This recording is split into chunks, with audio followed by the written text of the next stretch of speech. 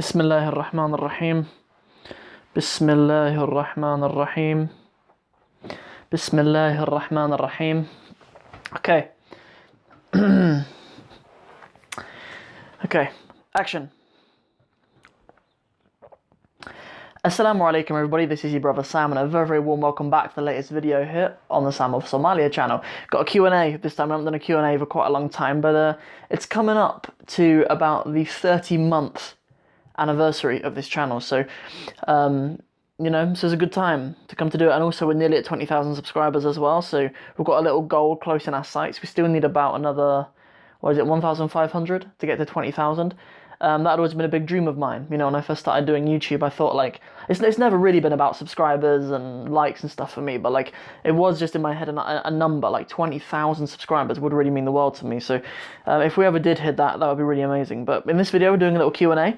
I had tons of videos coming on Instagram, so we're just going to freestyle it. I'm just going to have a look at them now. This is my old phone.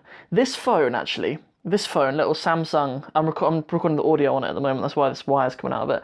But this phone, the Samsung S5, is the phone that I recorded almost every single video on. Up to the channel was about 10,000 subscribers.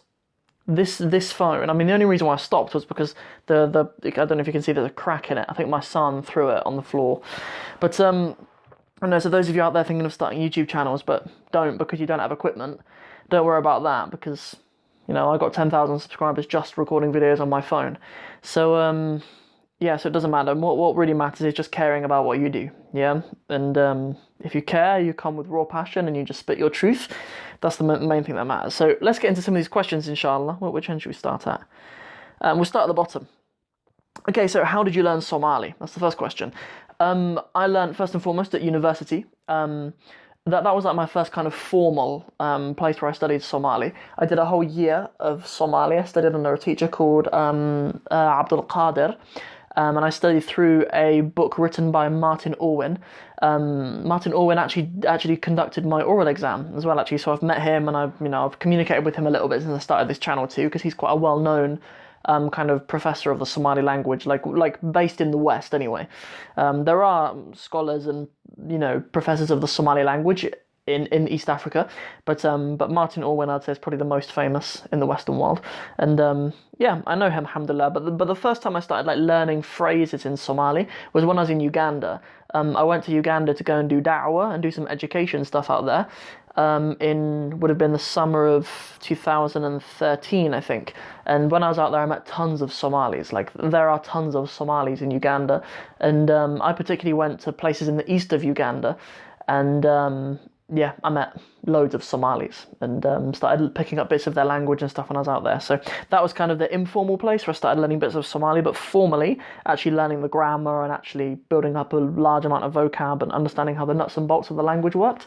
That was at university as part of my degree studies. So that's how I learned Somali. But I mean, it shouldn't really be past tense, that question, because I'm still learning Somali.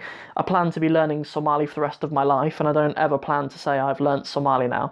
So I'm still learning Somali, but this is the early part of that journey. Next question. Are you going to get a Somali citizenship? I don't think so. I don't think I'm eligible for a Somali citizenship. Perhaps my son will. We'll see about that, inshallah. I know that, technically my son, because my son's father is not Somali, my son doesn't, inherit a Qabil lineage or a Somali lineage. But we'll see about that. Maybe if our son can get dual citizenship or something, but I don't think I can. Next, would you visit Somaliland? Of course. Yeah, of course. I mean, to be honest, there have been more travel opportunities for me to go to Somaliland than for me to go to Somalia. And my brother-in-law has a business in Hargeisa as well, and tourism, I think, is generally understood to be more accessible. Not that it's not in the rest of Somalia, but I think it's quite accessible for Westerners to go to Hargeisa. They can go to Mogadishu and stuff as well, but I've just heard of more Westerners going to Hargeisa.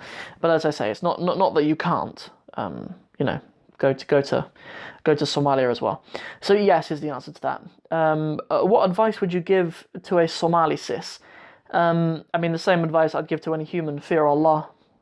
It's not a very specific question. Yeah, fear Allah. Yeah, seek knowledge of Islam. Just any human, I'd give that advice to. What we got next? What's your favourite Somali dish? So this one changes regularly. I mean, I'm a big fan of mufo and sokar. I'm a big fan of that. I also like sar. Sometimes I'm not just gonna come out here and just spit the usual, the usual buddies and hilib. I'm a big fan of lamb shoulder. If I do go to a Somali restaurant, I always get a lamb shoulder and I get buddies. But for that to work, you need to have your bisbas, and you need to have your mos as well. For all that to work together, you just get a good handful of all of it, your salad, all of it together. But if you have sukar and mufo, a bit of bisbas in there as well if you're lucky. But those are my favourites. Right? Probably sukar and mufo. Nice. How do you see Somalia in 10 years? That's not really the sort of question that I answer. So, like I said, I don't really talk about Somalia as a country very much. Like, I've never been there, and it's not really my business yet. Just whenever I think about Somalia's future, I'd just be positive about it. Like, I don't really have a lot of information, and to be honest, no one can really predict it. But I'm just optimistic. The way I see it, I'm just optimistic. Like, my wife and I even have dreams of moving there one day. We even have dreams of moving to Somalia and settling there, inshallah. But we'll see about that. But I'm just optimistic, right? Like that's my only outlook on it. What was your motivation to learn Somali? So it wasn't just for my wife, because I started learning Somali way before I met my wife. I think my first motivation was just the people. Languages in and of themselves, other than Arabic, obviously studying it for the Quran, shouldn't really be studied other than for the people. And you can't separate Somali from the people. And it was just that I met people who I really liked, and I just met an attitude in the Somali people that I really liked when I was in Uganda, and I think there's a lot of virtues to the Somali people. It's not... Obviously, there's loads of Somali people who I've met who I don't really like either, because it's just all humans in it. But on average, as a whole, the people are the reason why I wanted to study Somali. They are my motivation for studying the Somali language. Okay, nice.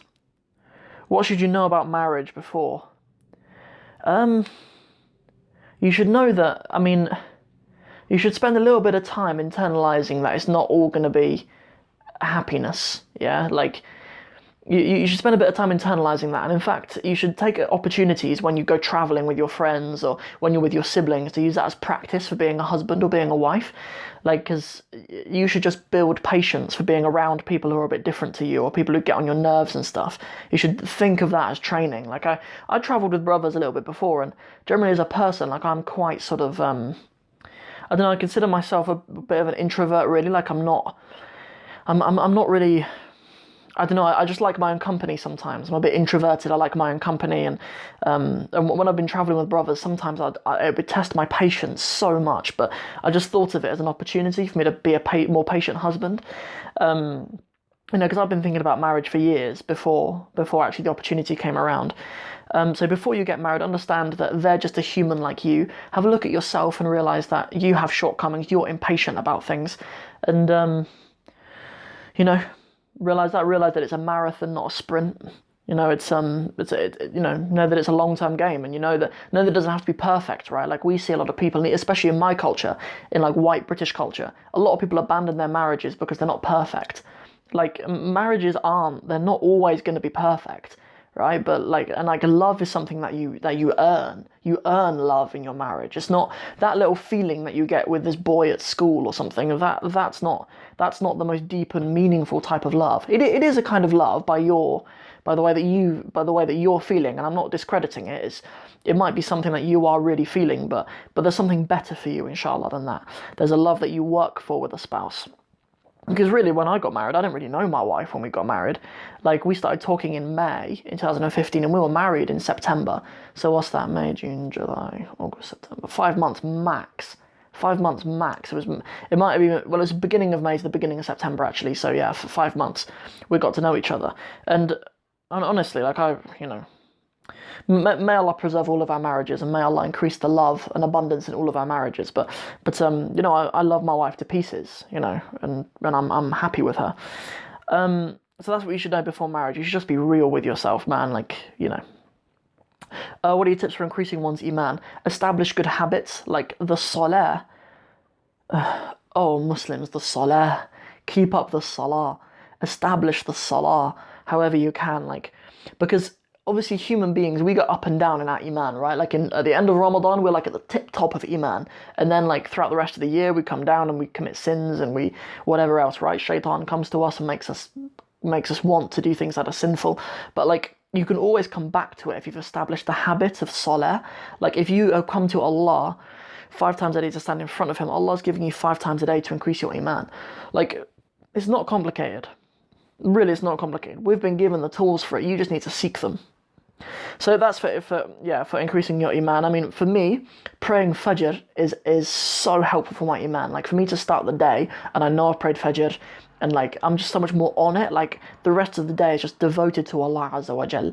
If like my Fajr is in order, maybe I've been to the masjid to pray Fajr if I can, and you know, like take advantage of Salat al-Fajr. Don't ever watch even my videos. Don't even watch them past 10 o'clock. Right, go to bed. Pray your Isha, go to bed. So it gives you a better chance to pray your Fajr. Morning routines that increase one's productivity. Right, I've got some quite strong feelings about this. Like as a person who has, who works for myself, you know, like I hesitate to call it a business because it's more kind of, it's not about money, it's about my passion, it's about me sharing a journey with you guys, me learning Somali and the struggles that I have along the way and stuff. But someone like myself who works for myself, I need to think about being productive. And when I'm working from home, I need to make sure that I'm strict and I have routines and stuff like that. But fundamentally, I don't know if the Muslim is supposed to have routines. Like, in terms of committed time, I don't think the Muslim is supposed to say, I'm going to wake up at 6 and then I'm going to go for a run for half an hour. I'm going to have a shower and I'm going to do this until 6:45 and then I'm going to do half an hour of Arabic. And then, I don't know if the Muslim is supposed to do that because in our nature, our daily routines are fluctuating anyway. Sometimes Fajr is at 2 o'clock in the morning. Sometimes Fajr is at 6 o'clock in the morning. Like, we're supposed to be robust anyway. So that kind of makes me believe that we're supposed to focus more on the philosophies behind it rather than the actual actions themselves. Like, if you equip yourself with a mindset which is focused on the things that are important, like for me, it's religion, health, and creating, right? And creating videos, creating, you know, a story for you guys, writing blogs and posting on Instagram and engaging with people and learning Somali. Like, those are kind of the 3 things for me, really. And then family, obviously. You know, they're just my health. And I try to just have a mindset which I'm focused on my health. Like, I'll go out of my way if I'm in London or whatever and I'm not at home to buy healthy food to eat. I'll go out, you know, if I get half an hour in between videos, I'll go for a bit of a walk or go for a run or something, or I'll do some push-ups or whatever. Like, it's more about attitudes and focus on what will help you rather than a routine as such. Because we have routines already in the religion and they fluctuate. So it's really hard to build up a momentum of fitting in your dunyawi routines for things that you want to improve around that, I think, because they've got to take priority and they'll always fluctuate. So I think it's hard. It's hard to do that. But, you know, in terms of some things that you should just implement, what was actually the question? Increase productivity, right? So praying tahajjud, yeah, getting up a little bit earlier before Fajr, praying some tahajjud, and then making dua for the things that you want to achieve in that day. Like, that is 100%. That's 100%. There's a really nice podcast. Our brother Faisal Chowdhury, who has the Freshly Grounded podcast. Go and check that out because there's an episode when he interviews Ustadh Tim Humble, and they talk about morning routines and productive Muslim morning routines. So go and check that out, inshallah. Perhaps I'll link it up in the description to that podcast, inshallah, because that's a really, really long podcast. It's like 3 hours long, but you get a lot of value out of it. And I learned a lot from that too. Next, what is happiness? Yeah, I mean, I suppose all that is I suppose all happiness is knowing that you are upholding your responsibilities, I guess. Like, you've not failed in something. Like, if I, you know, like it's not really about, it's definitely not about having stuff. I definitely don't believe it's about having stuff. Like, it's just about being who you want to be. Really, it's not about what you have at all. It's just about being who you want to be, or at least being on the journey that, you know, takes you to the person that you want to be, that you look in the mirror and, you know, you're making the steps to become the person you want to be, regardless of the things that you have. Okay, we've kind of come back to something that I talked about earlier. Does love exist before marriage? So yeah, I mean, you know, if a young brother comes to me and says, like, I love this girl at school, I'm not going to say to him, it's not love. Because, like, to him it is, right? Like, to his experience it is. So I mean, yeah, but there's something better than that. Like, there's love that's better than that waiting for you, inshallah, anyway. So I mean, whether it is love or not, you know, there's something better anyway. You know, there's something better than that anyway. So I mean, yeah, it does exist before marriage, but firstly, it's not accepted by Allah Azza wa Jal, and there's something much better for you. You know, if you sacrifice something for the sake of Allah, He'll give you something better. So before marriage, if you sacrifice that kind of love that you will have, a temporary, looser love without a commitment before marriage, then inshallah Allah will give you something better, i.e. a love that you can work for in marriage. What are the best habits of a successful person? Though that's kind of similar to morning routines, but habits of a successful person: the remembrance of Allah Azza wa Jal, working hard. You know, you have to work hard. You know, there are things that you want in the world. It doesn't come easy. You have to. There is just raw hard work that you just have to put in. You know, that's not necessarily a habit. You know, that's yeah. Yeah, it's just making me think about me kind of making a distinction between habits and then, like, attitudes. Habits are things that you can, like, tick a box, I've done that each day, but attitudes are something that you have an attitude anyway, but yeah, I mean, I suppose, like, something that I noticed, like, before I started reading self-help books and stuff, like, something that I always used to do since I was about 13 years old is I'd plan my next day. I'd plan tomorrow, today. I'd lay out my clothes for the next day. I'd even have, like, my coffee cup out with, like, and I have, like, I like cold brew coffee, so I'd put my cold brew coffee in the fridge, and that's ready for the next day. Kettle's even full, so I can just put the kettle on as soon as I get up. That's ready. I'll even have, like, written out what I'm going to do in the gym, if I'm going to the gym, or I'll have written out, you know, what I'm going to do. So, like, I think that is a habit of a successful person. Not that I'm a successful person, but since I've been reading self-help books, like, that is what successful people do. So I suppose that's a habit. You know, I suppose that is a habit, but it's also a philosophy to just being organised with your life. So, yeah, so that's an example, I suppose, of a habit of a successful person. And then lastly, okay, this is the last question. What's your favourite Somali word? My favourite Somali word is one which has a beautiful meaning and has a beautiful sound, and it is the word barwaaqo. Barwaaqo.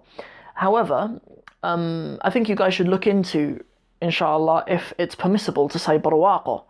Perhaps we can ask some of, or even if any of you know, let me know if there are any Somali shuyukh who've given any fatwa about using the word barwaaqo. Because before Islam, in East Africa, there was, like, this idol, a deity that people worshipped called Waq. And barwaaqo, sorry, I forgot to even say what barwaaqo means. It's like flourishing. If you have barwaaqo, it means, like, your land is flourishing and producing fruits and vegetables, and your animals are breeding and whatever else, right? Like, you have riches that come from that. You have, like, a lot of blessings, is barwaaqo. But when you say the word barwaaqo, it has waq in it, so I don't know if you're associating those blessings with waq rather than with Allah Azza wa Jal. And obviously we have in English, we have rulings on that you shouldn't say things that, like, pagan things that we used to say before we came to Islam in English, is like, we say, like, oh, I thank my lucky stars.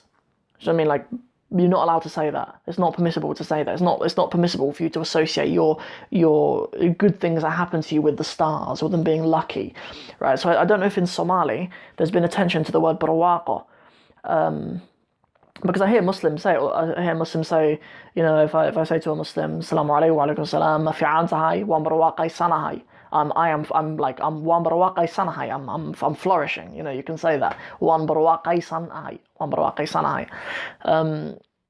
Yeah, but I don't know if it's permissible to say that. So let me know. It's a word that sounds nice, and without associating it with waq in any way, like, it has a beautiful meaning. It's a beautiful word, and I just like that word. So that's my favourite word.